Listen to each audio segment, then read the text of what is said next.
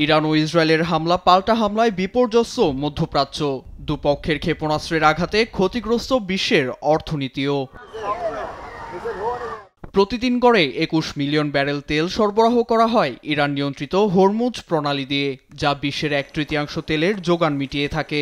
এতে নিরাপত্তা ঝুঁকিতে সোমবার বিশ্ব বাজারে তেলের দাম ৭% বেড়ে দাঁড়ায় ব্যারেল প্রতি ৭৪.৬০ মার্কিন ডলার। সংঘাত চলতে থাকলে তেলের দাম ১০০ মার্কিন ডলারে গিয়ে ঠেকবে বলে আশঙ্কা জানিয়েছে বিশ্বের দ্বিতীয় বৃহত্তম বিনিয়োগকারী ব্যাংক গোল্ডম্যান স্যাকস।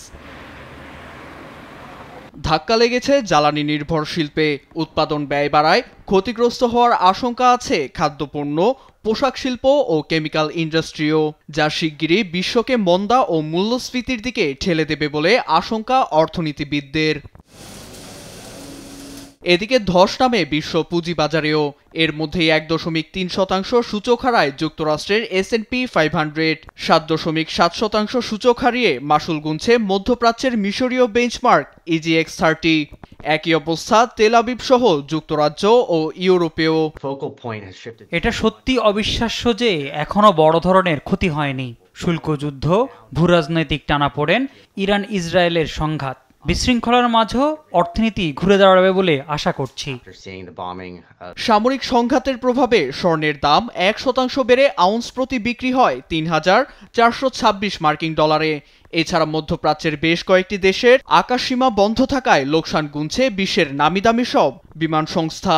নিরাপত্তার জন্য ৩০ জুন পর্যন্ত Iran, Israel, Jordan, Iraq, Syria, Lebanon সহ একাধিক দেশে বিমান চলাচল বন্ধ রাখার ঘোষণা দিয়েছে ইমিরেটস।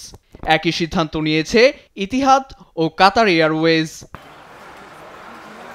অবশ্য ইরান ও ইসরায়েল মধ্যকার দ্বন্দ্ব শেষে বিশ্বের অর্থনৈতিক পরিস্থিতি ফের ঘুরে দাঁড়াবে বলে আশাবাদী অর্থনীতিবিদরা।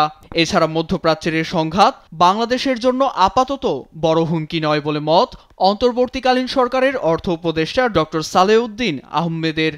আমরা অবজার্ভ করছি এই যে গ্যাস প্রাইস বা এলএনজি প্রাইস যদি বেড়ে যায়, এটা উইল টেক কেয়ার অফ। আজকে যেটা দুটো দিলাম ওটা ওল্ড প্রাইসে ওরা কোট করেছে। যদিও পোশাক রপ্তানিতে গুরুতর প্রভাব পড়ার আশঙ্কা বাংলাদেশ পোশাক প্রস্তুতকারক ও রপ্তানিকারক প্রতিষ্ঠান BGME এর। নীরব দাস, নিউজ ডেস্ক, দেশ টিভি।